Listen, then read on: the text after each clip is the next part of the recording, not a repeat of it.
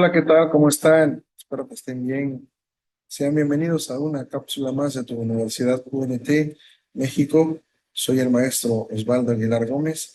Y pues bueno, estamos aún en la segunda cápsula de la primera semana de la materia Estado, Sociedad y Derecho.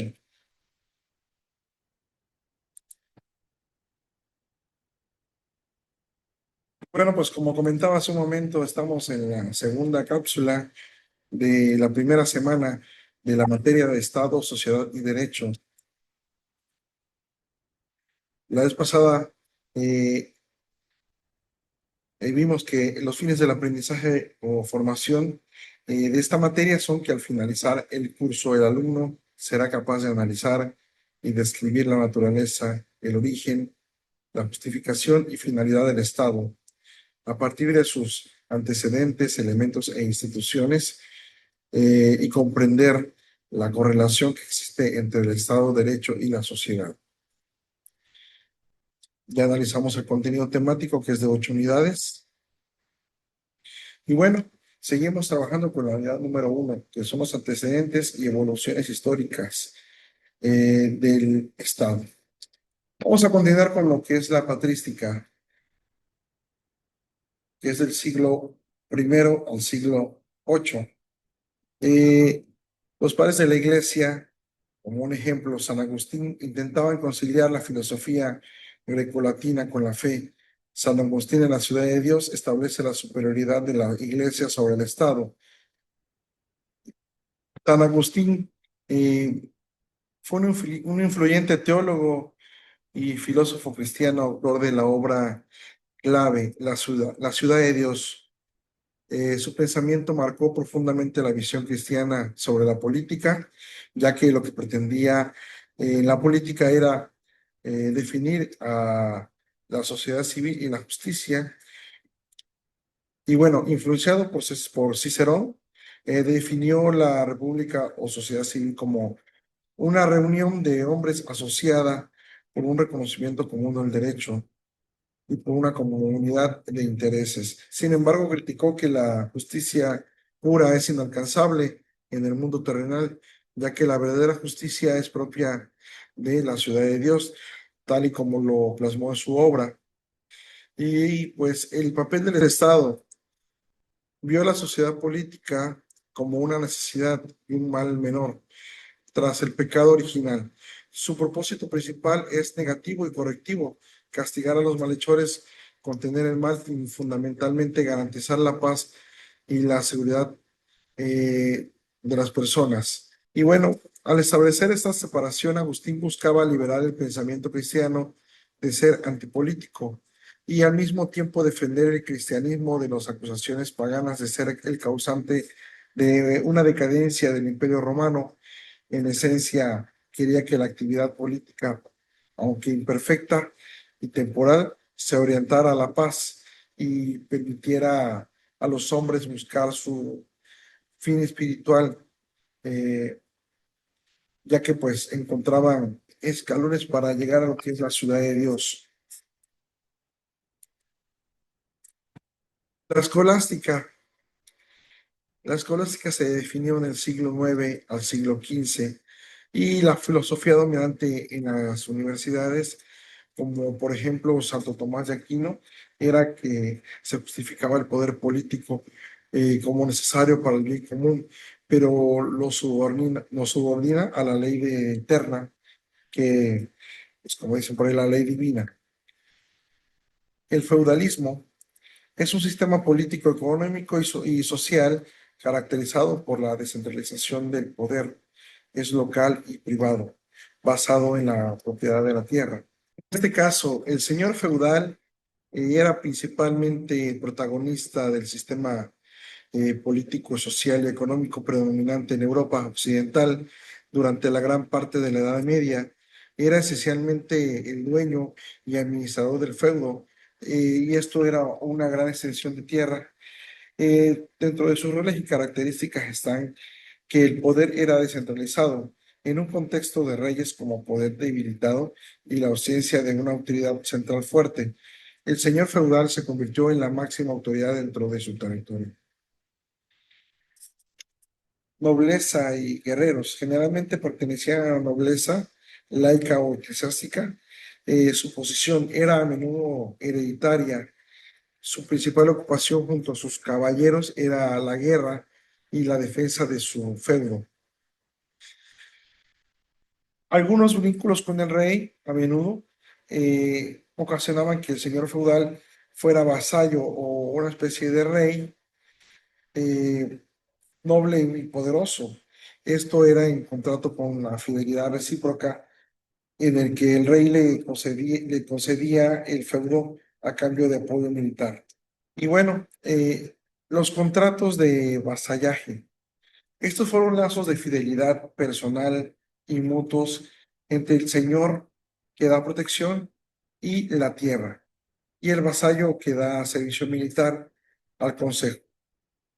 Esto es una relación de súbdito estado, sino de hombre a hombre. Jerarquía política.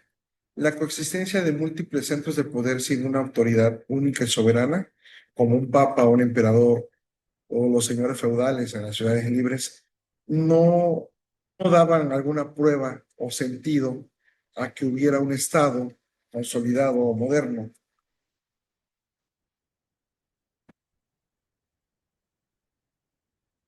Diferencias políticas medievales. Eh, es la lucha por la supremacía entre el papado y el imperio, y es el conflicto entre el poder centralizador del rey y los privilegios de los nobles. La poliarquía política. La consistencia de múltiples centros de poder sin una autoridad única y soberana, como los papas, los emperadores, los señores feudales y las ciudades libres, eh, no daban un sentido de modernidad y por esa razón no había Estado. Y bueno, dentro de las controversias políticas medievales se estaba la lucha por la supremacía entre el papado y el imperio, lo cual era una querella de las investiduras y el conflicto entre el poder centralizador del rey y los privilegios de los nobles. El surgimiento del Estado absolutista. Se da a la concentración del poder en la figura del monarca como su respuesta de un caos feudal, como un paso hacia el Estado moderno. La soberanía se vuelve indispensable y reside en el rey, quien no está sujeto a las leyes humanas, aunque sí a las divinas. La clave para justificar la necesidad de un poder único eh, para garantizar la unidad y el orden es, en este caso, que es la razón del Estado, es Maquiavelo. Nicolás Maquiavelo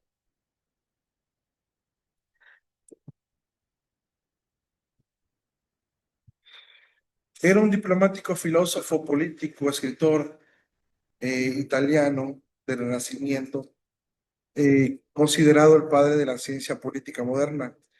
Su pensamiento se centra en la política como una esfera autónoma, separada de la moral y la religión. Como obra clave está la del Príncipe, que es un breve tratado escrito en 1513 y es su obra más famosa. Y bueno, lo que es el surgimiento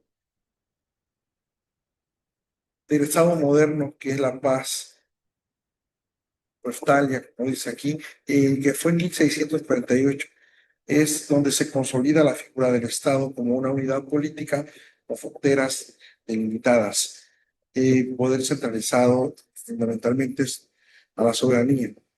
Esos elementos clave como territorio, población, gobierno y soberanía nace, eh, nace el sistema internacional de lo que es hoy Estados-nación.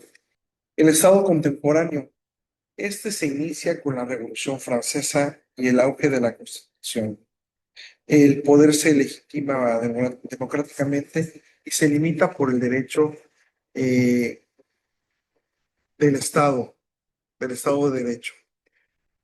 Evoluciona del Estado liberal clásico al Estado social que de derecho asume las responsabilidades económicas y sociales como salud, educación, seguridad social, etcétera.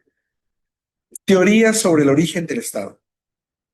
Están las teocráticas, que son que el poder deriva directamente de Dios y es delegado al gobernante.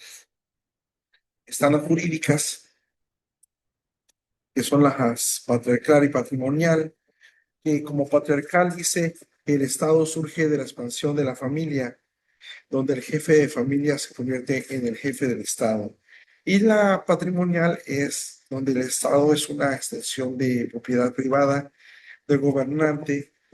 eh, Prácticamente el Estado es el resultado de un acuerdo libre y racional. Las marxistas. El Estado no tiene un origen universal, es un fenómeno histórico ligado a la división de clases. Es un instrumento de dominación de la clase económicamente dominante. La razón del Estado. El concepto acuñado por Maquiavelo y desarrollado por Giovanni Botero es el principio que justifica que el Estado, en defensa de su seguridad, supervivencia o interés vital, puede tomar decisiones o acciones que en un contexto ordinario serían ilegales o inmorales. Pero pues como dicen por ahí, el fin justifica los medios. Veremos si eso es cierto. Llegado al final de la cápsula presente de la primera semana, en este caso fue la cápsula número 2 de la materia de Estado, Sociedad y Derecho. Espero verte en la próxima cápsula. Saludos.